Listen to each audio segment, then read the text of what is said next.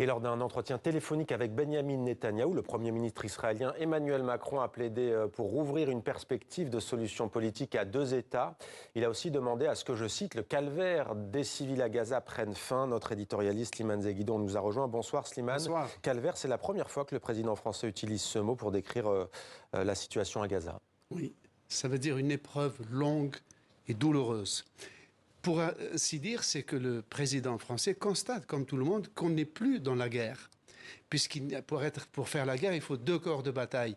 Donc, ce qui se passe comme violence quotidiennement à Gaza, alors qu'il y a un blocus alimentaire, il n'y a pas d'électricité, pas d'eau, pas de médicaments, ce n'est plus de la guerre, ce n'est même pas les morts dont on vient de parler dans le sujet, ne sont même plus des dégâts collatéraux, c'est une entreprise d'extermination quotidienne à petit feu pour une population qui n'a plus où habiter et dont la terre ne peut plus rien donner. Et des voix s'élèvent en Israël.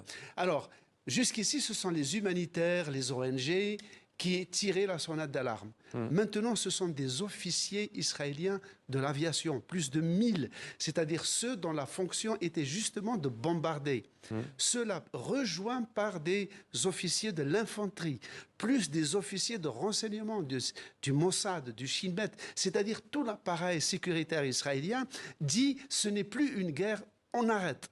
D'abord, ça va compromettre la vie des otages et on est en train de tuer des gens de façon à la fois immorale et totalement inefficace. Merci beaucoup Slimane pour ce décryptage donc sur la situation.